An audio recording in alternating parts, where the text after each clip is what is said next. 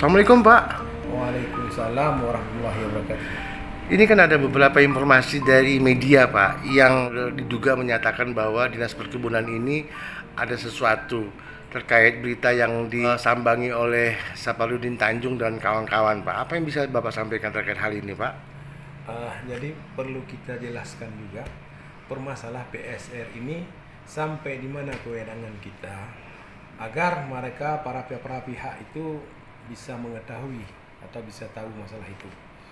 Kemudian yang saya baca berita juga yang disampaikan oleh saudara Saparudin Tanjung bahwa saya minta ditetapkan sama Kajari Singkil jadi tersangka. Saya rasa dia itu salah informasi mungkin. Dan saya tidak tahu Saparudin itu siapa orangnya itu yang mengaku sebagai sekretaris Apkasindo. Ternyata begitu kita cek sama Agus Wandi, dia tidak ada SK-nya, cuma ngaku-ngaku sebagai sekretaris Apkasindo. Kita cek juga sama Wartono, sama jawabannya. Malah kalau sama Wartono udah 2 tahun yang dia sudah dipecat dari sekretaris. Jadi saya tidak tahu juga dia menyampaikan hal-hal itu kapasitasnya sebagai siapa dia itu, sebagai apa dia itu. Saparudin Tanjung. Jadi untuk kegiatan PSR Dinas Perkebunan ingin saya sampaikan bahwa Dinas Perkebunan hanya menerima proposal melalui aplikasi, kemudian kita proses. Seandainya data-data itu sudah lengkap, kita turunkan tim kita untuk cek lahannya, yang namanya pendamping desa. Jadi kita cek lahannya. Kalau sudah sesuai dengan usulan dari pihak petani yang mengajukan proposal ke kita itu melalui aplikasi, ya kita lanjutkan ke Banda Aceh.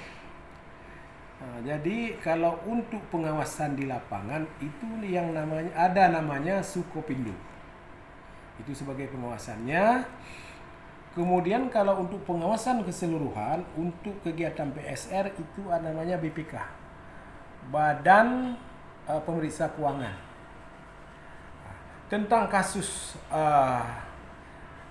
koperasi KPPB itu, saya berharap sebenarnya sebagai kepala dinas mereka itu bisa duduk bersama.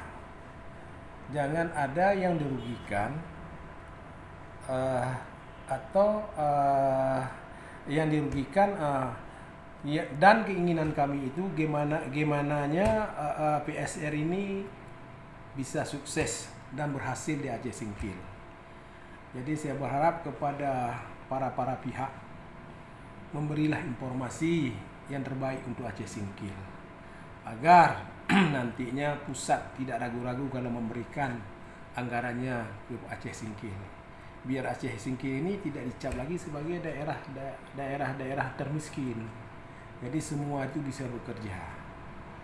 Itulah harapan saya